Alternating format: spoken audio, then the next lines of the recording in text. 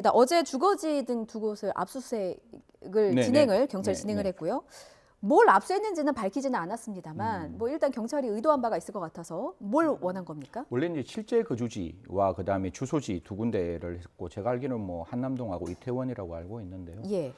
다들 시청자분들 아시겠지만 지금 이제 유아인 씨는 처음에 공항에 들어올 때 이게 뭐 압수영장에 의해서 압수를 했는 건지 아니면 직접 그 이미 제출을 했는 건지를 모르겠지만 예. 흔히 말해서 휴대폰을 제출을 했단 말이에요. 네. 그럼 휴대폰 안에 그 모든 내용들이 들어와 있을 거잖아요. 그럼 그 내용을 보고 추단할 수 있잖아.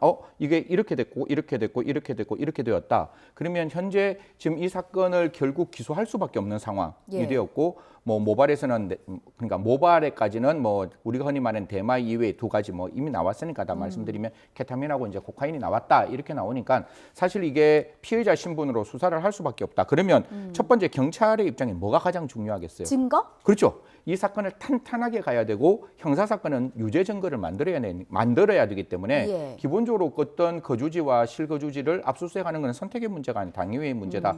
분명히 포렌식을 통해서 나와 있던 그 정황을 가지고 현재의 어떤 숙소에 현재 지금 거주하고 있는 장소에 압수수색이 들어갔다 이런 말씀드리겠습니다.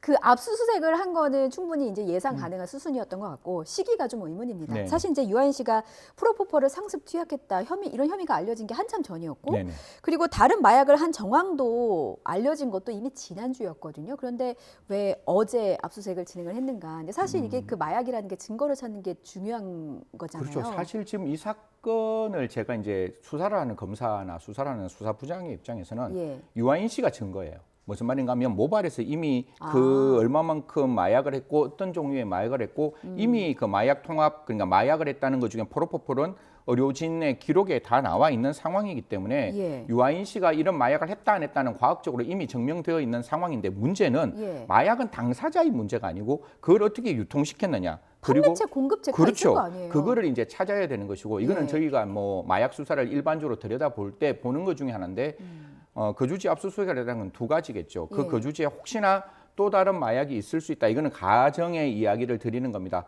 그리고 거기서 만약에 압수를 했다면 그 마약의 양이 얼마가 되는지 혹시 연예인 중에 돈 스파이커 이것도 뭐 언론에 나왔기 때문에 실명을 거론하면 돈 스파이커 입장에서는 굉장히 큰 마약이 압수되어 있는 거잖아요. 예. 자기가 소비하고 그러니까 마약을 소비한다는 의미에서의 마약 투약 양과 그걸 다른 사람에게 전달한다는 마약의 양은 다른 거거든요. 그러면 그렇죠. 마약을 할 때 공급체가 되느냐 수요자가 되느냐는 완전히 다른 존재의 평면이 달라지는 형량도 숫자가 달라지는 완전히 거고. 달라지는 예. 거기 때문에 그런 부분을 좀 들여다보지 않았을까 이렇게 말씀드리겠습니다. 그렇군요. 그럼 소환 조사는 이게 뭐 빠르다 늦다 이거를 제가 판단할 수 있는지 모르겠습니다만 사실 이제 피의자로 소환할 예정이다라고 기사를 나온 것도 한참 전이거든요. 네네. 근데 아마도 다음 주 중으로 소환 조사를 할 예정이다라는 기사가 나와 있어서 이미 모발에서 네 종류의 마약을 투약한 의혹이 있고 혐의가 있는데 왜 아직까지 피의자 조사를 하지 않는 것인가? 이 부분도 좀 의문입니다. 아까 제가 말씀드렸다시피 마약 수사를 할 때 특히 유명 연예인 같은 경우는 출국 금지는 되어 있을 거예요. 그리고 네. 아까 휴대폰은 이미 이제 압수되어 있는 상황이고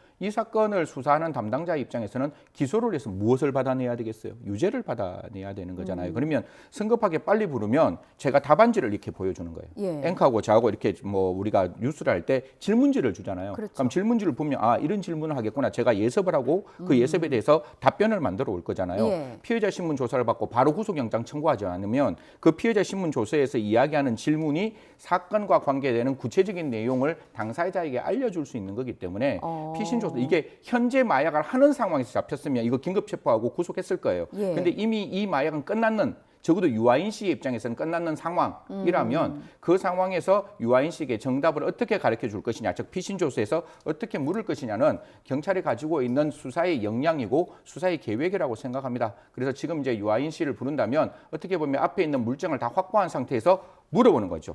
야, 모발에서 나왔는데 이거 어떻게 됐는 거야? 그리고 포렌식에서는 이런 내용이 있었는데 이 사람은 누구야? 그리고 너희 집에서는 이 정도의 뭐 다른 어떤 정황이 나왔는데 이건 뭐야? 이렇게 물어서 사실상 어떻게 보면 상선도 찾고 유아인 씨에 대한 기본적인 어떤 마약의 상습성, 투약량 이런 것들 다 찾아야 된다. 프로포폴은 나와 있는데 케타민하고 흔히 말해 스페셜 K라 그러거든요. 예. 그다음에 코카인은 어떤 형태의 유통이 되었는지 그리고 케타민이 의료 어떤 그 형태로서 진료용으로 갖는 건지 아니면 흔히 말해서 스페셜 K라는 거는 코카인하고 같이 이렇게 상용해서 쓰는 게 일반적인 어떤 마약 수법이거든요. 그래서 어떻게 되었는지, 이게 외국에서 했는지 국내에서 했는지 이런 걸 좀 다 살펴보기 위해서는 경찰의 입장에서는 충분히 수사가 되고 조사가 된 다음에 피신 불러서 피해자 신문 조사를 받는 게 맞다, 이런 말씀도 함께 드리도록 하겠습니다.